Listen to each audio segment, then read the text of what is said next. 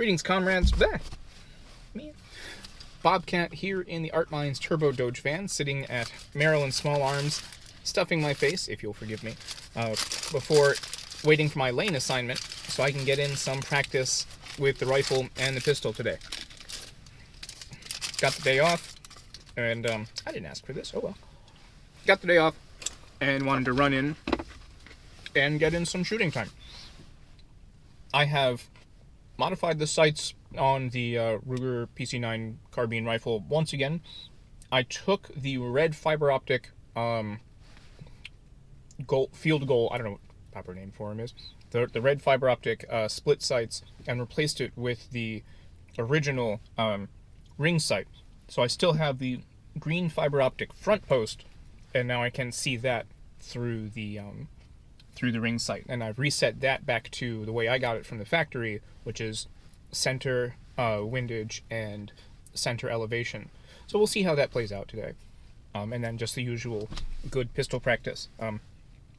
I would, I think, like to figure out some kind of red dot for the Ruger Security 9, Security 9 Compact. If any of you have a good suggestion for that, I'd love to hear it. I'm not really sure how that would mount on it. I haven't done a whole lot of research on it, clearly, but I think a red, as much as I do like the iron sights, I think a red dot would be good, and maybe even getting another slide just for that, just so I can swap between them. They're really easy to break down. Not that I would do it, in the field, as it were, but they're really easy to swap between the two, and I would really like to be proficient with both, because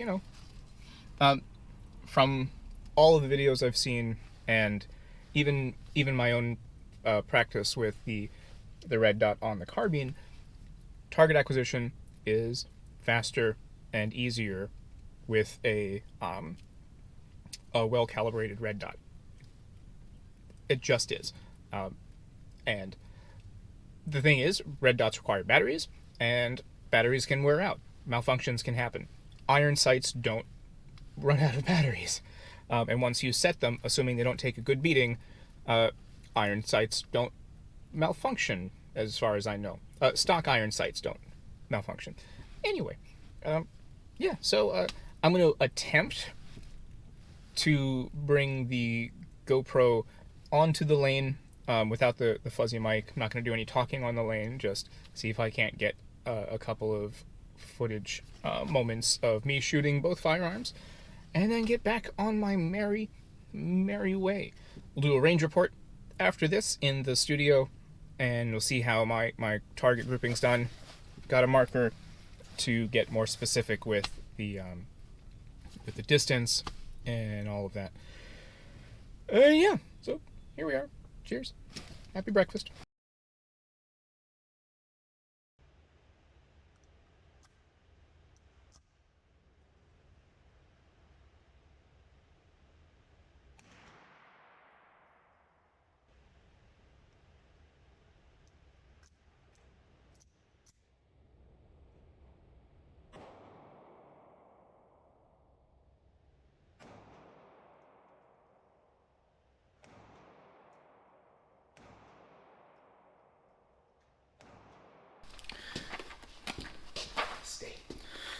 Back in the Art Minds studio to give the breakdown of how the actual shooting itself went, and give the guns some much neglected cleaning.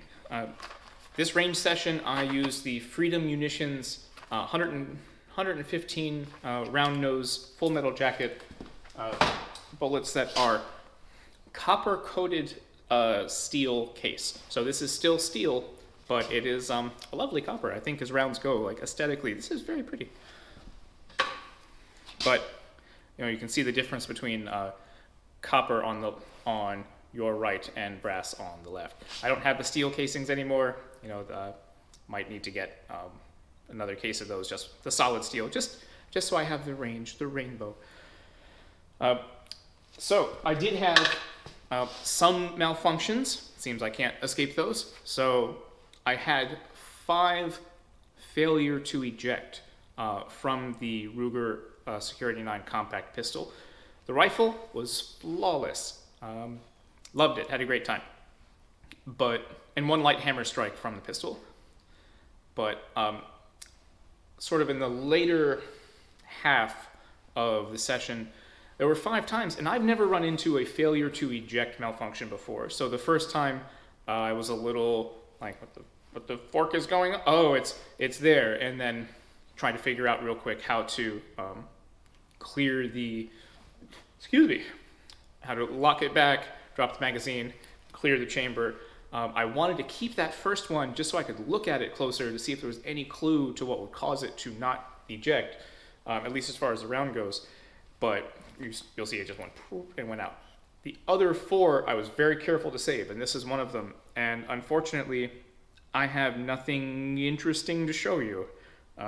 There's nothing I can tell about these rounds that made them less likely for the ejector to hit. And all I had to do was,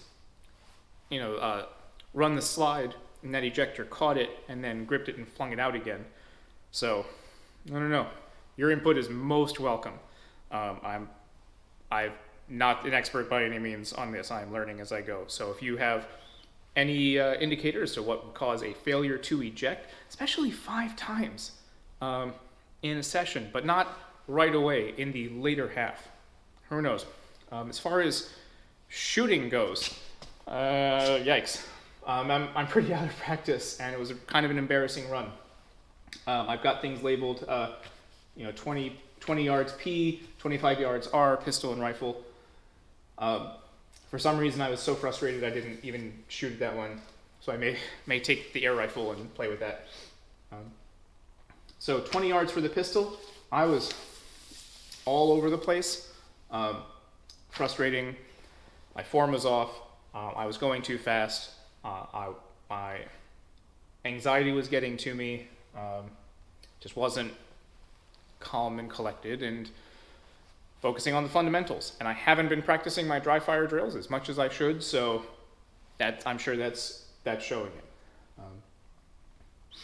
At 25 yards with the rifle, pretty good placement. I think I did 2 groups. Did this group here, and then this group, and then just kind of went to town with the pistol a bit. Generally, when I'm aiming for center of mass on this particular target, I'm going to call this guy the blue fascist.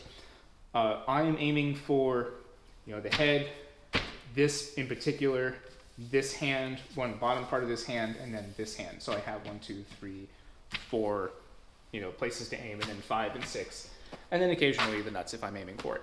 I did not this time. But yeah, so I was aiming for here with the pistol, and it was just kind of all over the place. I mean, I still landed, but I want to do better. Second run through, 10 yards with the pistol, pretty good group. 15 with the pistol, it just kind of started to get a little further out. Maybe I was going too fast, maybe my form was off, I don't know. 20 yards with the pistol, and I hit, but these 2 right down here, maybe I was going too fast, maybe I was too anxious, too much coffee, who knows.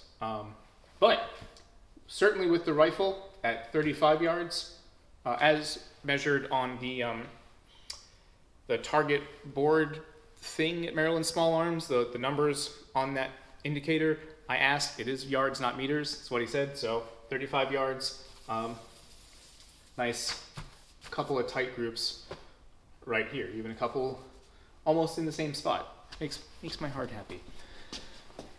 I think I'm going to switch over to this target from now on, just because it gives me already 5 separate areas to aim with. But even with this one, I struggled. 10 yards with the pistol, pretty good.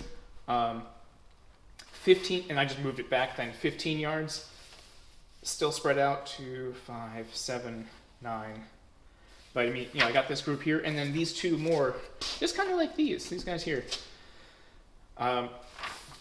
Switching over to the rifle, I noticed that some of my shots with the rifle were landing high, and even slightly to the right, because if you look, where was it? One of these. Maybe it was just on this one, which was at more distance, and a little less visually cluttered than this. But pushed back to 40 yards, I was aiming with the top of the sight post under the target, as opposed to the sight post being in the middle of the target. So, you know, under the chin versus under the nose. And I got a consistent, pretty good group, even at 40 yards, here and here, but not here, and that was frustrating. But at 20 yards with the rifle, nice and clean. That makes me happy. 30 yards with the rifle, here's a great example. 30 yards, it was up and to the right. I mean, I got a couple like on the edges here and one right there, but of the 20 that I put in, nice cluster, but like right there. Maybe I'm holding it wrong. Maybe I'm lining up there we go. Maybe I'm lining up the sight wrong. Maybe I'm flinching, anticipating, but that would explain like flyers like these, but a good group just in the wrong place. I don't know. And then back to 15 yards with the pistol, a little bit better, and it sort of blended in with this group, but I got some consistent double shots in the same spot, so pretty good with that. So yeah, that was a breakdown. Like I said, I'm clearly out of practice and need to get back to my dry fire drills. But let's do a little cleaning and then we'll call it a day. I really hope that I don't knock the camera off here. Apologies if I do. I'm not going to pick it back up and continue recording. I really wish I knew where my camera tripod adapters were. Yeah.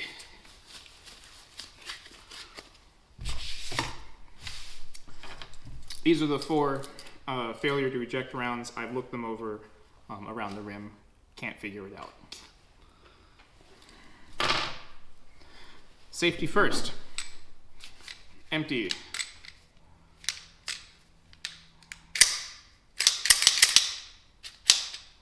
Empty and unloaded.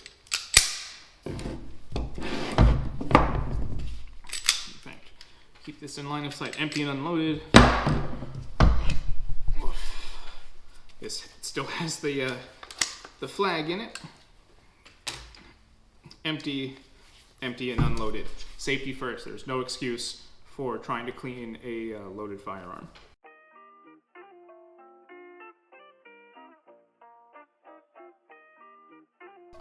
Oh, before I forget, this is the factory ring sight, and then the fiber optic tandem cross front sight. And this is the factory settings that they gave it.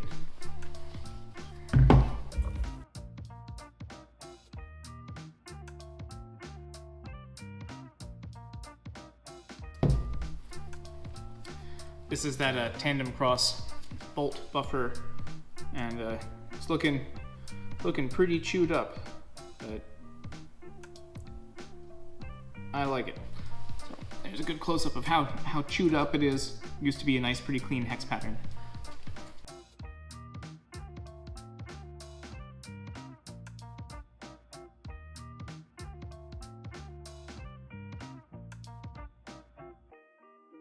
But if this brings you just a little closer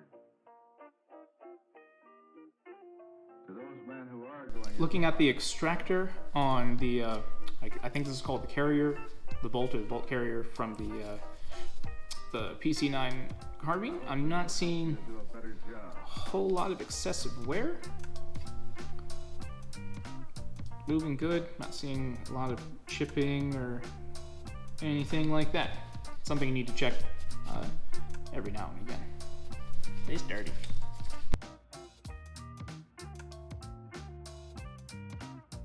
Better job.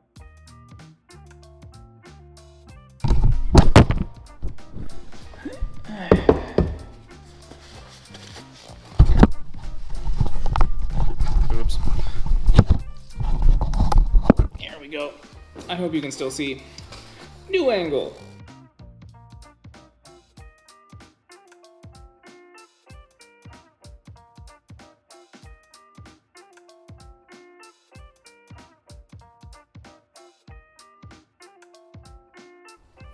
in the comments section, I would love your opinion on, do any of you have any experiencing with polishing ramps on either rifles or pistols? I've seen some kits that kind of bore this down to this little ramp here, to this shiny, smooth finish. Is it really good for competitive shooting? Is it really necessary? Please help me learn. I can barely see the lines from the milling on this, but you know, I'm sure that is added, and I can almost feel them. But I'm sure that's just added friction to a round being chambered. So I would love your insight.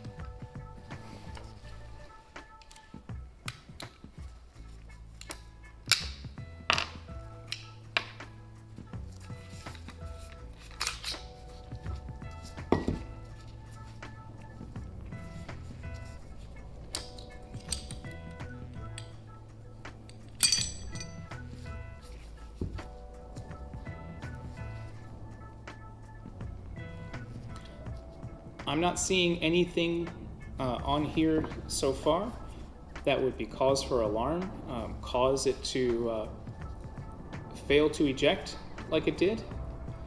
I'm not seeing any, there's an airplane flying over. I'm not seeing any pitting, any chips, nothing's broken off. So yeah, I'm gonna take blame for those 5 failure to ejects. Maybe I was holding it too loose, holding it too tight, holding it wrong, I don't know. I'm gonna call that one on me until I am proven otherwise.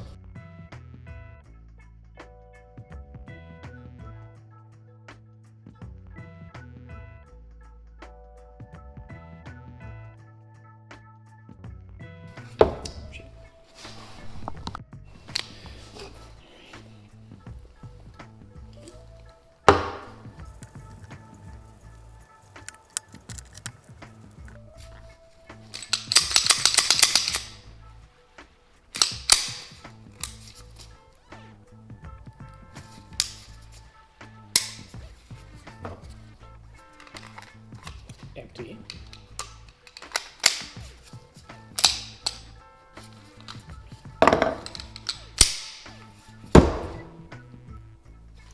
So this is going to be it for me.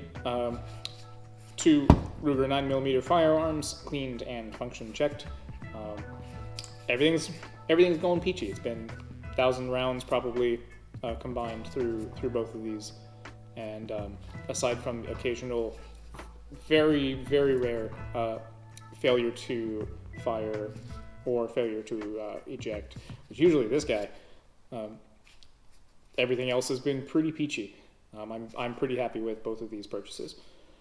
So I hope you are safe and well fed wherever you are. I wish you mucho amor.